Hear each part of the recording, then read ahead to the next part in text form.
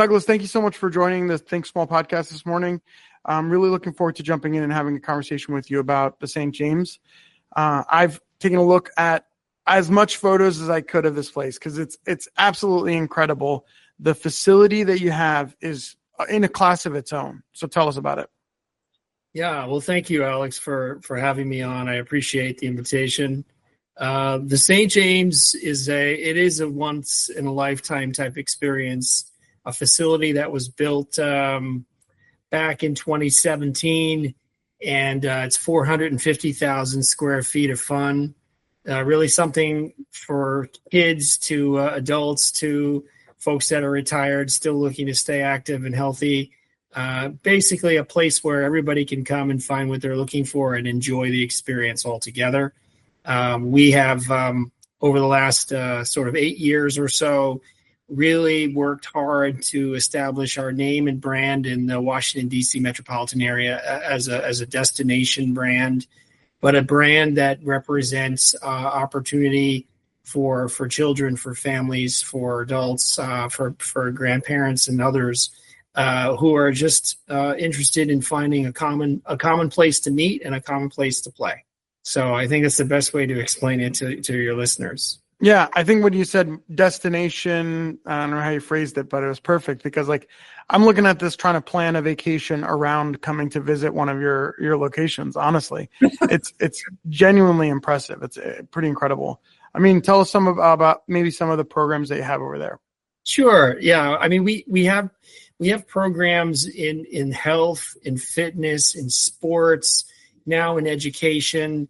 And really what we're offering to the greater community, you don't necessarily have to be a member to walk through the doors, but there are member benefits as well, is a place where you can seek out a safe, a clean, a healthy environment to learn, whether it is you're learning to take on something different in your life when it comes to your personal health and wellness.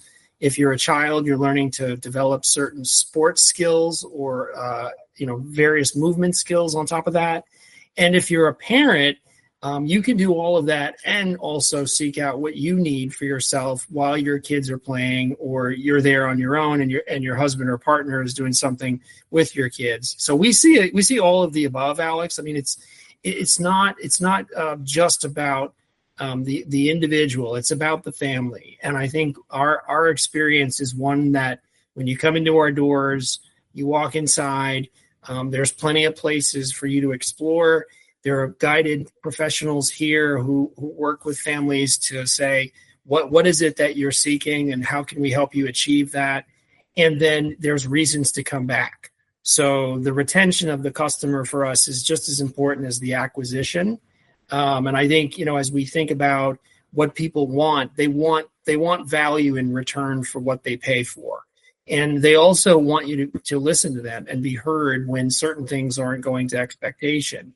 So you sort of have to combine what customer service you think looks like, respond to the needs that your customers have, provide best-in-class programming, have a world-class venue, keep it up to date, keep it current with current trends in the marketplace when it comes to health, safety, and activity, but at the same time be innovative and think of partners who are bringing products and services and other experiences to the table that you yourself don't have. And that's where we've gone in the last couple of years. I think we're going to continue to expand in that in some of the partnerships that we do have and others that we hope to unveil soon enough. But, the St. James is a destination in as much as it's a place where people come to experience life and to get the most out of it. So hopefully we'll have you and your family here soon enough as the guest.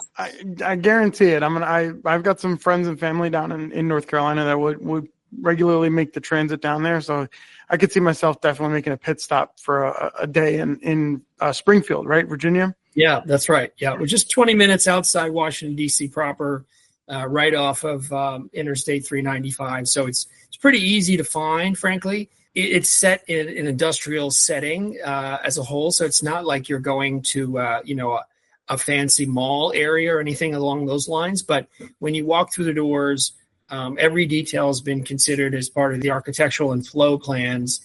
And the idea is that you have all this utopia under one roof. So if it rains, we don't close. If it snows, we're not interfered with. When we have hot days like we do in the summer at this time of the year, it's nice and cool and safe inside. So there's a lot of reasons why people want to come through the doors. But I think, one of the things that we've learned is you have to maintain a safe, a clean, and a welcoming environment. And you're catering to a demographic that's ever changing. It's not just about children. It's not just about adults. It's a blend of everything and above. And everybody has different needs and expectations. There are people that walk through the doors that don't speak English as a first language, so you have to be able to respond and understand their needs. There are people that walk through the door that have different disability and or limitations, and you have to accommodate and do the best that you can to make sure that their experience is equal as well.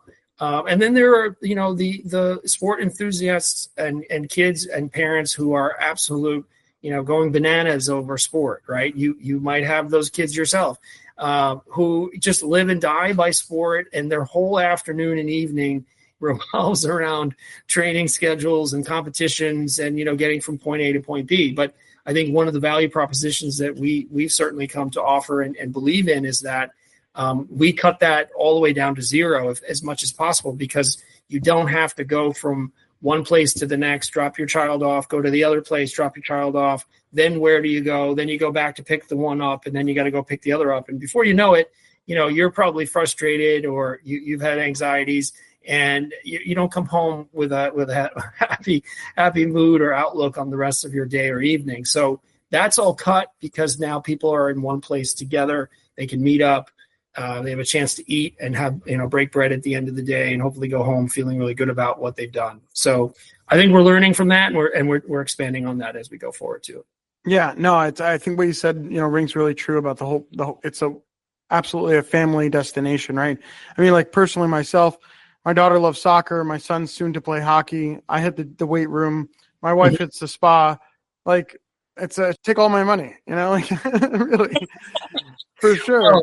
Yeah, I mean, I would say that your family would fit right in, and is very typical of the families that we see here. The average age of kids that are coming through the doors to learn, to play, to compete, to develop, anywhere from 2 to 18. When we think about minors, and when we have young college athletes and those that have just completed college, and then you have, of course, your weekend warriors and those that continue to play and just trying to push it until the injury occurs. And now they're coming back to us for injury rehab and prevention of injury. So you get them all. And we also get the professional athletes on top of that who are, the elite of the elite. So they're coming here to train and get ready for their next level of competition. But what's nice about that, Alex, is I will say that people make connections socially and personally. And this is a meeting place. It's kind of like a center of excellence in that regard. So that's when I think of one of the more unique aspects of our facility, and of course of our approach to servicing our customer, because those things happen on their own. We're not curating that. We're not trying to create a social hour. It happens organically. Parents meet at the field, the court, the ice, the pool, wherever it might be. And what do you think they do? They start talking about things going on in their lives, what's happening with their children, what's happening in their professional lives, etc. And before you know it, someone says, "Hey, Alex, let's go upstairs and get a coffee and maybe something to nosh on and come back." And you can do all that. You don't have to leave the facility. Or, "Hey, Alex, maybe you and I and 2 other guys can swing the clubs in our golf bays while the kids are, playing soccer or on the rink." That happens a lot too. So, I think there's a lot that could take place here and does take place. It's just about making sure people know how to discover us, and we discover what they need. Yeah, it's incredible. So you talked a little bit about expansion, but I would love to know when I can expect there to be a St. James sort of in every major city, right? Like, I mean, I'm sure you said you started in 2017. Now Right. you have 2 locations. When was that second one open? And is there an expansion plan that you're looking to accomplish in the next, 5 to 10 years? I would say that the St. James brand will become more national over the next 3 to 5 years, with facilities that will be built across the U.S. in select markets. What those markets are at this point, I can't announce them. But I will say that you will see us in both major metropolitan areas as well as in emerging metropolitan areas, because we have done our research and found that people who live outside of major metropolitan areas very much enjoy the slower pace, the quality of life, and maybe even the cleaner air, but they still want to have these types of facilities accessible to them and their children. So we're exploring that with the help of our investors and our partners. We have also, sort of looked at ways in which we can downsize our flagship into more of a performance club approach. And we built one in Bethesda, Maryland, which is a suburb of Washington, D.C. to the north and west of the city. And that has worked really well for us because that is essentially a place that caters to adults. Doesn't cater to children, doesn't cater to teens, adults 18 above who are looking for a high-touch fitness experience, maybe also looking for personal training, looking for some counseling when it comes to nutrition and diet and that type of thing. And that has been very successful for us because it competes with some of the other brands that are in the industry, but it also meets the needs of our customers who don't want to travel around the Beltway of Washington, D.C. down to Springfield, but rather stay close to Bethesda or Northwest Washington, D.C. and still get what they're looking for, be able to go in, get it done, and off to the rest of their day or evening. So I think you will see some facilities along those lines coming into the United States markets, like I said, within the next 3 to 5 years, hopefully sooner than that. Something that's kind of come up in my personal life is I've had a healthy year, right? Like it started in January and it's just been snowballing, right? And then I keep talking to people in my networks and my circles, and they're like, yeah, I'm doing the same thing. I'm having like a really healthy year. I'm wondering if that's like nationwide, if you're finding that enrollments are up, like there's more people this year that enrolled or started with you guys, or am I just making that up? We might cut this out. I'm not sure. That's a really interesting question. I would say that the industry changed a lot when we returned to work following the pandemic. I think a lot of people decided that the risk was too great to be out in public, particularly in health clubs or in recreational facilities, just in general. And we can infer why. We can look at that a lot deeper. But as we went into phase 2 and phase 3, and then of course the vaccines came along and changed things for the better, did that change the consumer behavior when it comes to the health and fitness industries and the things that we do? Yes and no. I think some people were reticent to take that step back in terms of going to the health club again, because they felt like, well, I made the investment. I've got everything here at home. Why would I keep it? But then some people would say, well, I'm doing this by myself and I'm connected to somebody over a computer screen. That's different from being in proximity and socially connecting with people, being in people's company and being motivated by that. Some people are really motivated that way, and that's how they like to be pushed, when it comes to sport or other. So, yeah, I do think there's been a change. Can we say a measurable gain? Probably not. I would say, though, that what you do see is more of an interest in a blended environment, in an environment where you can take both. So you have the ability to choose as a member whether you want to consume these services and products online, virtually, or you want to do it in person, or a little bit of both. And I think that's where the industry has changed, just like it has in education, just like it is in business. I mean, you and I are talking today, and we're in 2 different regions of the United States, but we're still having a great conversation. I can still feel connected to you. But when it comes to actually physically doing things, the idea of doing it together, I think is sometimes a little bit more communal, and it has a longer term effect in terms of relationships and how you build relationships. And that there's something to be said about that, because you build more trust with someone. I think when you get to see them and shake hands with them, break bread with them, have a coffee with them, than if, I'm constantly checking in with you over a Zoom call or a Google Meet like this, and we never get a chance to meet. I think that's a tough thing. But hopefully over the next year or two, we'll see more uptick in folks that are being part of our community and deciding to join it. I wish I could predict that, but I don't have that magic ball, unfortunately. No, I think you're spot on though. When it comes to almost like time away from COVID, right?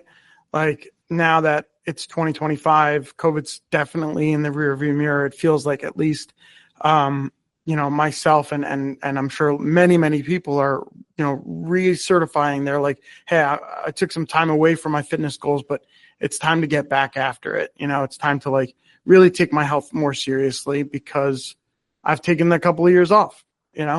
Yeah. I think there are people who struggled in various ways during and immediately following COVID, and perhaps even into the years since, that require a lot more services and the help of professionals to overcome certain things that are now present in their lives. And we could elaborate on that, but I won't choose to go there. I will say though that I'm glad the pandemic is over.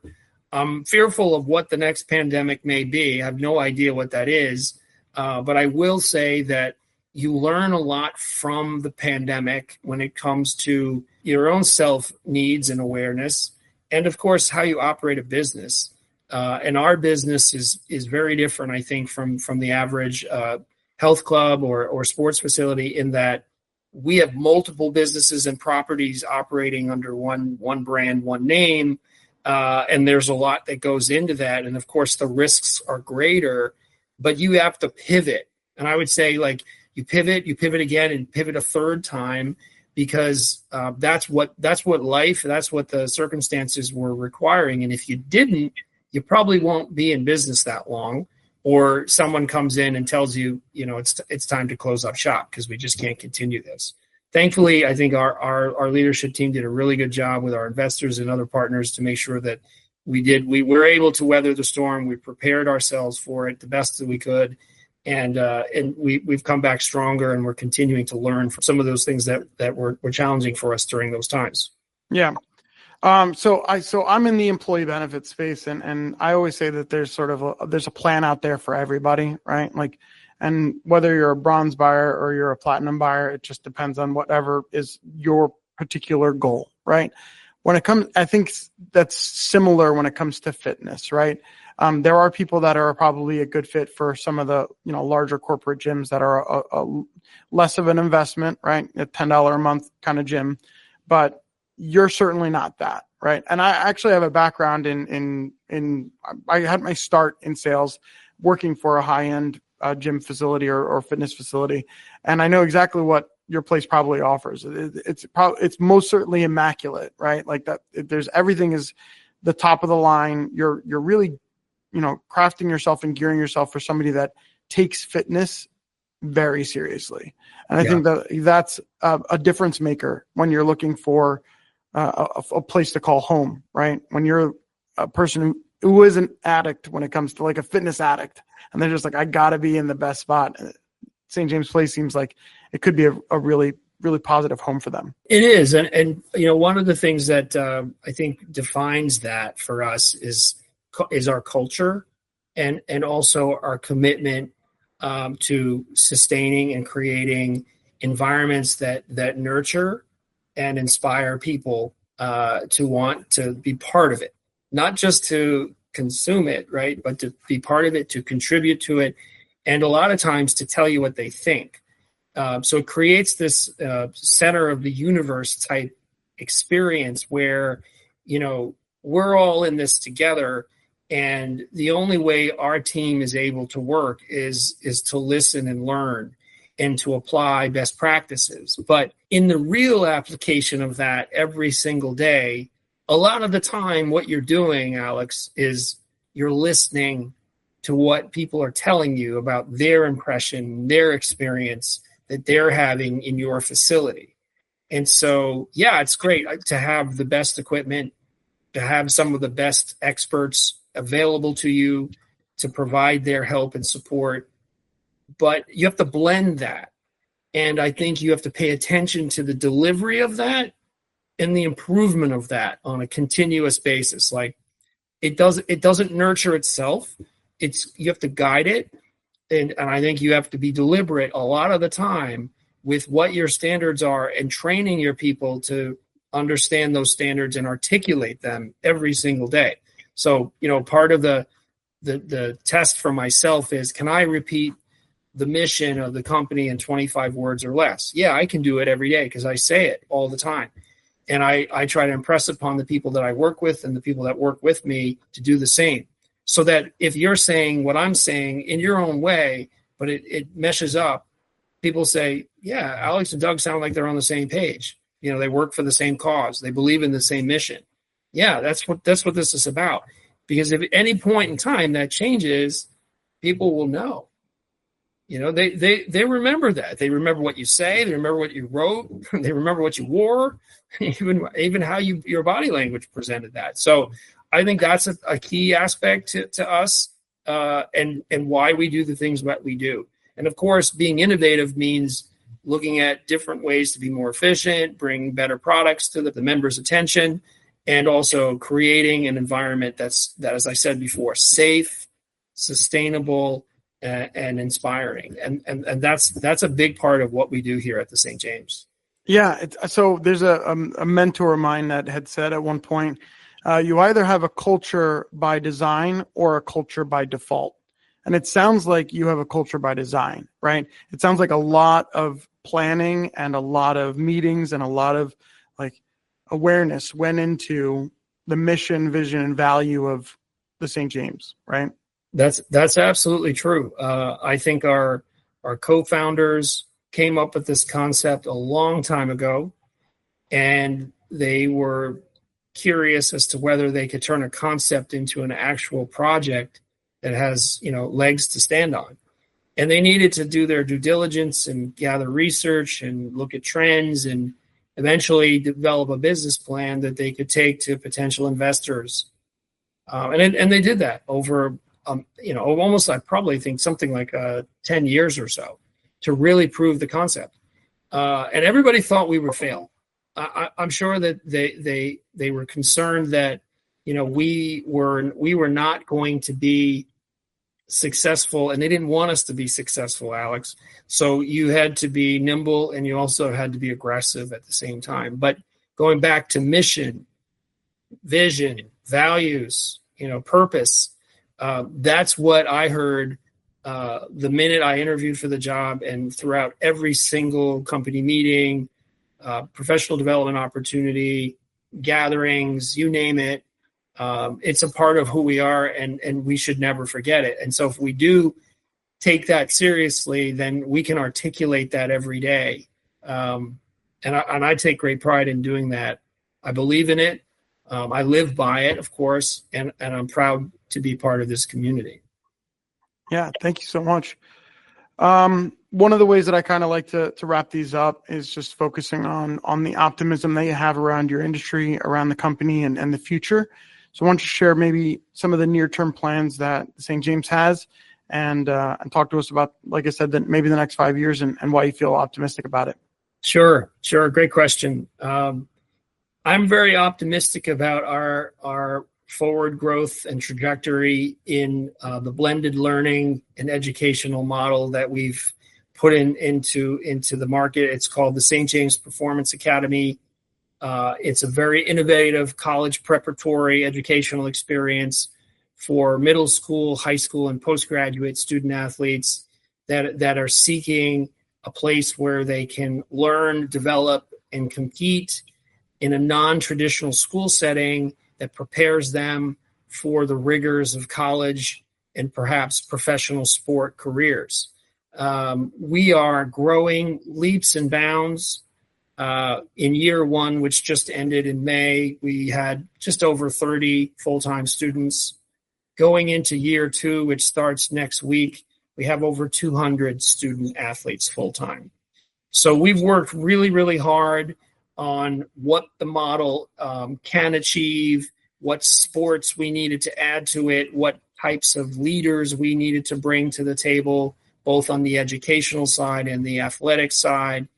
And I think we've done that, and we're poised to grow, not only with what they can do, but what our students can do in this environment. And I think that's going to take us into a whole new world, as we've seen with virtual learning and now virtual development of student athletes on top of just being students in the classroom, students on the field and the court, but students that become professionals well past the sport career. Those are measurable gains and outcomes that we're seeking, and hopefully we'll be able to build these types of academies in other cities wherever new facilities that we put in place open to the public. I'm very excited about that. I have a background in education and coaching and been doing it a long time, but to see it come to this level in less than 1 year is really tremendous. So that's something I'm excited about. I would also say that one of the other areas that I'm excited about is how we're crafting partnerships, public and private, that meet the needs of our members and open up the door to new members who may have not heard or seen the St. James before in a positive way. And those are everything from, working with major brands that are in the healthcare industry, that are doing things within science and technology, or even in the federal sector with the United States military community that's so close to us here in the DC area. Those are just some of the possibilities. But on the professional sports side, we're working with just about every pro sports team that's in the greater DC area. And for them, I think it's, there's two aspects to it. One is fan development, right? Is developing your fan base and going further and further. And then two is making sure that you serve the community and do things that are meaningful to people that live in the community that may not necessarily have the means to be a fan, but they may become more connected to what you do and have an affinity for that. And so creating partnerships that derive value for them and for us, that's kind of cool, because, everybody wants to say they met so-and-so, whoever that person might be, famous athlete or, politician or the actor, actress, you name it, right? We all can think of those. But they're human beings just like you and me. And when they have a chance, I think, to be human without being superhuman as we see them on TV or, in other ways, that gives you a chance for people to connect. And the power of human connection is greater than any power I know of. Maybe close to, Mother Nature, right? Because she's a lot stronger than you and me are. But I think that's kind of inspiring, because now you're going into territories and you're able to cross collaborate in ways that maybe you didn't think of when you first opened your doors, or now you're thinking, okay, what is the next 10 years going to look like? And how do we do those things? Try to keep the value high, bring the cost down, provide more access to people, make more personal connections, things of that nature, and service your community. And to me, that's what it's all about. Thank you for sharing about the facility and about what you guys have going on over there. If people wanted to find the St. James, they want to get in touch with you, they want to enroll their kids, they want to join the club, how do they find you? Sure. Well, I would say people can find us on just about every social media platform there is. Instagram, X, Facebook, we're there. It's not hard to find. You just search the St. James. And when I say Saint, I don't mean spell it out as in SAINT, but the ST James. Just put in VA, and I'm sure you'll see us pop up. The name and the brand will pop up. So you can find us on social. You can also find us on the web, thestjames.com. We're there. Very robust website, explains who we are, what we do, where we work, the people that we have, et cetera, et cetera. And then you can also, reach out to us and give us a call here, 703-239-6900, I believe the number is. That's the simplest way to find us, or drop by. Just Google us and you'll find us on the map, and just point your car in the direction. We're open pretty much every day from 5 a.m. to 11 p.m. So it's not difficult to drop in and take a tour of the facility and see what's going on. Yeah, I absolutely have plans to make my way down there at some point and check it out, because the pictures, I feel like, don't do it justice, and the pictures are incredible. So yeah, people should make their way down there and find you. Yeah, well, listen, the best way to see it is to come into the campus, and you don't have to come on a tour to do that. It's open to the public. Members have their areas where they like to go, and those are members only areas. But nonetheless, we're here and happy to meet people and take them around and show them the facilities. You and your family are welcome anytime you'd like, Alex. Thank you so much. You got it. All right.